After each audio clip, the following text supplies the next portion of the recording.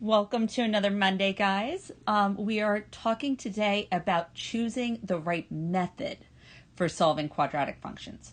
So we've already figured out a lot of how to do that. And remember, solving quadratic function is what is called solutions, roots, zeros, and x-intercepts. Right? And that's particularly clear when you're graphing and you realize, hey, my quadratic is touching the x-axis at those particular points. Okay, so let's start with the warm-up. Now, Shake produces the following correct solution for the equation 18 equals x squared. Remember that squared lets you know it's quadratic, plus 2. Okay. So from line 1 to line 2, right, I'm just going to rewrite it over here. He just subtracted 2 on both sides, right? That's where he got that 16 from. So 16 equals x squared. And now you can do the inverse of squared. We're taking the square root of both sides. All right, so x equals, and the question is, why did he put positive and negative 4? Okay, so the reason he did that is because x squared, right, if I replaced, so let me just rewrite again, so 16 equals x squared. So I could replace this x with a 4 squared equals 16.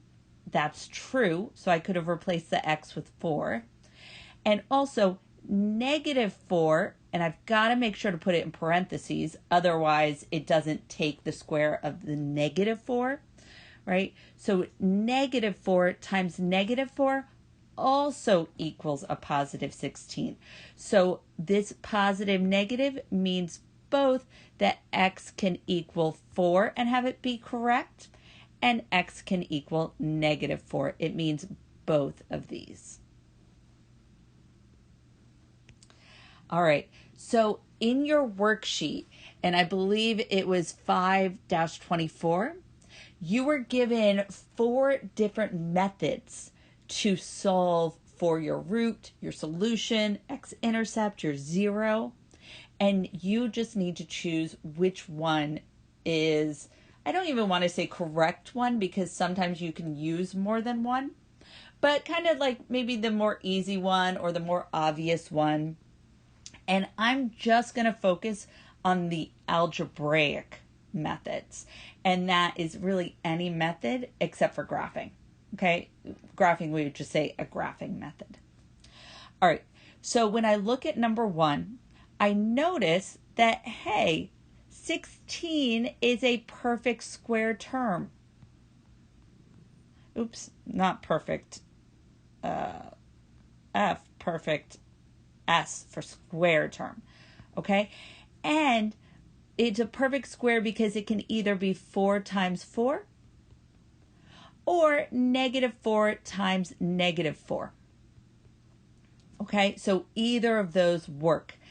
And we want to combine them to get a negative 8x. So we would choose the negative option of that. All right. So if I put it in my area method, I have a perfect square here. So I put the first term in my first box, the last term, which is positive 16, in my last box. And I know I'm going to be using these identical factors to get that perfect square. So I'm going to have x times x and minus 4 and minus 4. So x times x is x squared. Negative 4 times negative 4 is a positive 16. And now negative 4 times x is negative 4x. And here, negative 4 times x is also a negative 4x. Okay, so because I have the same factors on the top and on the side, that makes this a square because squares always have the same length as width. Okay, so I'm going to change my y to a 0. And I'm going to change this to x minus 4 times x minus 4. Okay, now I could factor this. These are factors. But I'm actually going to use the completing the square method because this is already a square. This square has been completed. All right, so I'm going to rewrite this as x minus 4 squared. That's what you're looking for when you're trying to complete the square. And in this case, it's super easy because it's already a perfect square trinomial that we started with. Okay, so now that it's this perfect squared trinomial that we've factored and put into the form of x minus 4 squared, I'm going to take the square root of both sides. Okay, now 0, I could put plus and minus, but there's not really a difference. So this is a 0, and this, the squared and the square root cancel out, leaving you with x minus 4. All right, so now I just add 4 to both sides. These cancel out, and I get x equals 4. So that means that if I were to graph it, where x is equal to 4, I would only hit that root once, right? So my quadratic would look something like that. All right. Okay, so that's the first one. If you were to have used the zero product property there, like at this spot, instead of doing the square, same answer. Okay, so now this one, I look and I see, hey, -8 is not a perfect square.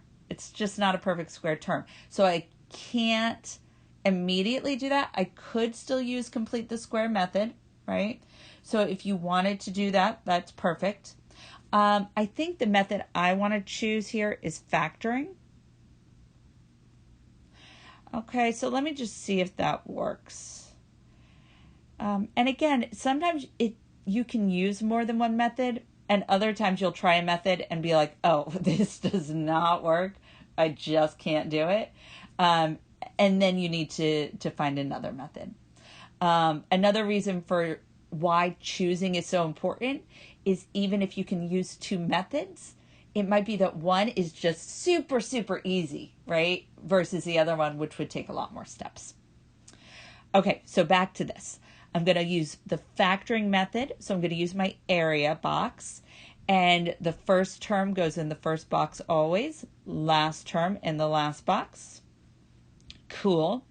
So now this first is easy, x times x. But now I've got a -8. So if I multiply to give me a negative, I know I need two different signs, right? Because if I did negative times a negative, I get a positive. Same with the positive times a positive. Okay, so let me just check out -8 over here for a second. So I have -1 times 8, -2 times 4, -4 times 2, and then let's say -8 times 1. All right, so I want to get a positive 2 in the middle. So I would really be choosing this because -2 plus 4 would give me that positive 2. Okay, so you can play around, right? So let me just put -2 and positive 4. So that should give me the correct area. All right, so x times x is x squared. X times -2 is -2x. 4 times x is a positive 4x. And 4x minus 2x is positive 2x. So that works. All right. So again, I'm going to change the y to a 0. And I'm going to rewrite these factors. So I have x minus 2 is one factor times the other factor of x minus 4. Now I'm using the factoring method, so I'm going to use the zero product property here. And that says you can take any factor. Remember, factors are the ones that are being multiplied. So the entire x minus 2 and set it equal to 0. And x minus 4. So every factor that you have can be set equal to 0 if it starts out being originally equal to 0. All right, so now I'm just going to solve this quickly. So I have x equals 2. That's one of my roots. Okay, and x equals 4 is my other root. So if you were to graph this and check it, where x is at 2 and where x is at 4, you would have your quadratic going through at those particular points. All right, so graphing is a great way to check. Alrighty, so the next one. Now, I'm going to change the y to a 0. I don't love that I have 7x squared, or I don't love that I have a 7 in front of x squared. Okay, and that it doesn't really, if I tried dividing everything by 7, oops, I had the eraser on. Okay, if I tried dividing everything by 7 here, I would get a lot of fractions. So let me try the area method. Maybe I can factor this. All right, so I have 7x squared. So that would be 7x times x. And that's nice because it's prime. So those are my only choices. And then negative 15 goes here. All right, so now I know that that would lead me to a negative and a positive. All right, so I can do, let's see, 3 times 5. Let me see if that works. So here, 5 times 7 is 35x. Ooh, that doesn't look like it would work. And here, 3 times x is 3x. No, there's no way that that gives me a negative 1x there. Okay. Let me try actually 1 and 15. 1 and 15. So here I've got x times negative 15 is negative 15x. And 1 times 7x is 7x. So even with 7 and negative 15, it doesn't give me a negative 1x, right? That middle term. So this is one where I'm going to think, it doesn't seem like it's working. What else can I do? Okay. And if I did complete the square, that seems a little complicated because of the fractions. So here I'm actually going to use the quadratic formula. All right. So the important thing here is that all of your terms are on one side and the zeros on the other side. Okay. I can't have any other terms on the other side. I need my x squared term, x, and my constant. Everything gets to one side of the equal. And now I can say a equals 7. B equals negative 1 because I've got that coefficient of negative 1 there. And C equals negative 15. All right. So let me actually put that at the top. 7B equals negative 1 and C equals negative 15. Okay. So now if you forget the quadratic formula, look it up. It will never be asked of you. It will always either be given to you or you can look it up. All right, so here, remember, I'm solving for the x-intercept. It's always an x equals to find the root, the 0, the solution, okay? So I should have negative b plus or minus the square root of b squared minus 4ac divided by 2a. So now I'm going to replace the a. Every time I see an a, I'm going to replace it with 7. So here I've got times 7. Okay. Now every time I see a C, I'm going to erase that and replace it with negative 15. Okay. And now every time I see a B, I'm going to replace the B. All right. Oops. Okay. It just did not want to let me erase. Okay, there we go. All right. So every time I see a B, I'm going to replace that with negative 1. Sorry, it keeps doing that. All right. Okay. So now that I've placed everything in, now I can actually get to solving. All right. And thank goodness I have my calculator, because what is inside of the square root looks like it needs a little calculator action. All right, so here I've got x equals, and negative 1 would give me a positive 1, plus or minus. And now inside of the square root, I'm actually just going to put all of this. It's actually called the discriminant. I'm going to put all of that in my calculator. All right, so you can do it along with me or just check if you've already done it. But I'm putting parentheses negative 1 squared minus 4 parentheses 7, and then another parentheses negative 15. Okay, and that gives me 421. And now 2 times 7 is 14. Okay, so you can either keep it like this, right? This would be in square root or radical form. I don't know if it's simplest. Or you can give it to me as a decimal. So I'm going to put the square root of 421 again in my calculator. And that comes out to about 20.5. So I'm just going to rewrite it over here. X equals 1 plus or minus 20.5. And again, that's an estimate, because it goes on. It's like 20.51828. All right, and 14. So now remember, the plus and the minus means I can do both of them. So one of my solutions will be 1 plus 20.5 divided by 14.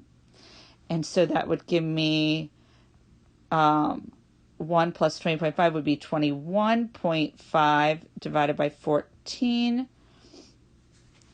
All right, so again, I'm using my calculator. Give me a second. Divided by 4. So that would give me 1 root of 5.375. Okay. And now I think I might have to erase this radical form just to give me a little bit more room. Okay. So the other factor would be x equals 1 minus 20.5 divided by 14. All right, so 1 minus 20.5 is negative 19.5 divided by 14 is negative 1.39. So I'm going to round that to 1.4. Okay. All right, so my two roots, my two solutions are x equals 5.375 and x equals negative 1.4. So if I were to graph that, wherever 5 is, it would hit it just over that, right? And wherever negative 1 is, it would hit it just after that. All right, and again, remember, this is just a sloppy sketch that I'm doing, but it's fairly accurate. Like, I tried to get as close to where 1.4 is on the negative side and as close to 5.375 on the positive side. Okay, so again, quadratic formula takes a lot longer, and you need all of the terms to be on one side with 0 on the other side, but it does work every time. So it's a good way if you're not sure what method to use, that you can use this method or use it to check. All right, so now this one, I am definitely going to use my complete the square method because it's pretty much already done for me. Complete the square. And tomorrow we're going to talk more about this, but my square is already completed. I already have it here. So my goal is to get this alone. So wherever you have the perfect square, once it's completed, and in this case, already completed, I already see it there, the next step would be to make the y equal 0 and to get this square, this perfect square, all by itself. All right? So that would require me to subtract 11 on both sides. So now I have negative, and then my perfect square of x plus 4 squared equals negative 11. Now, I can't have this negative in front of it, so I've got to divide by negative 1. Remember, there's an invisible 1 there. All right, so that cancels out, giving me x plus 4 squared equals a positive 11. Now, once you have your square, your perfect square alone, now you can square root both sides. Positive, negative, the square and the square root cancel out, leaving you with x plus 4 equals a positive and negative. Now, I don't know what the square root of 11 is, so I actually just keep it square root of 11. All right. So now let me just rewrite that up here so I have more room. X plus 4 equals positive or negative square root 11. All right, so now I'm just going to subtract 4 on both sides. So x equals negative 4 plus or minus square root of 11. So this is a perfect answer. It's wonderful. That's a square root. If you wanted to change the square root of 11 to a decimal, let me use my calculator. All right, so square root of 11 is about 3.3. About, right? So I can say x equals negative 4 plus or minus 3.3. Okay? So now remember that means it's x equals negative 4 plus 3.3 and x equals negative 4 minus 3.3. All right. So here one of my roots is negative 4 plus 3.3, which gives me negative 0.7. So that's one of my roots. And now negative 4 minus 3.3 is x equals negative 7.3. And so my other root is at negative 7.3. So if I were to graph this, right? Actually, both of these, let me make this table a little easier for myself. Right? So if I have the y-axis there, the x-axis here, so now one of my roots is going to be just like if negative 1 is here, it's going to be between 0 and 1.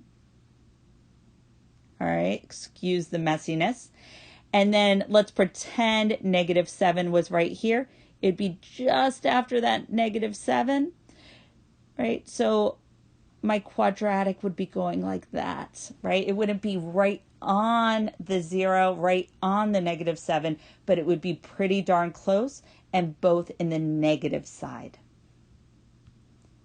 All right. Oh, So I forgot to put the question, comments, concerns, but you guys know what to do. Take ownership of your learning. Let us know if you have a problem. Talk to each other. Google it. You got this, guys. All right. So until tomorrow, have a good day.